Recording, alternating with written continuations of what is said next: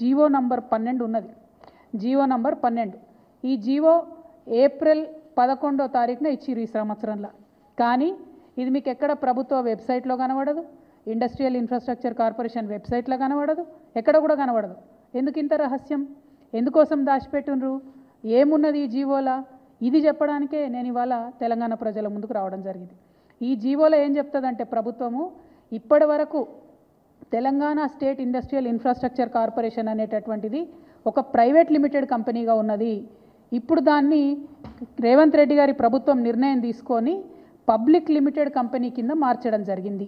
మరి ఏం మార్పు వస్తుంది ప్రైవేట్ లిమిటెడ్ కంపెనీ నుంచి పబ్లిక్ లిమిటెడ్ కంపెనీ చేస్తే అంటే ఇంకా 1000 కోట్లు ఎక్కువ రుణాలు తీసుకొచ్చేటటువంటి అవకాశం ఉంటుంది.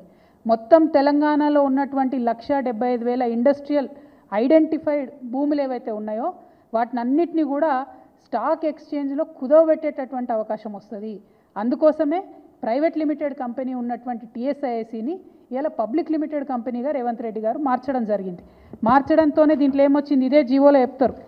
మార్చుతూ వాళ్ళు నిర్ణయం తీసుకుంటే ఏమొచ్చిందంటే the company got listed on 11/12/2024 at National Stock Exchange and the company status got changed to high value debt listed entity.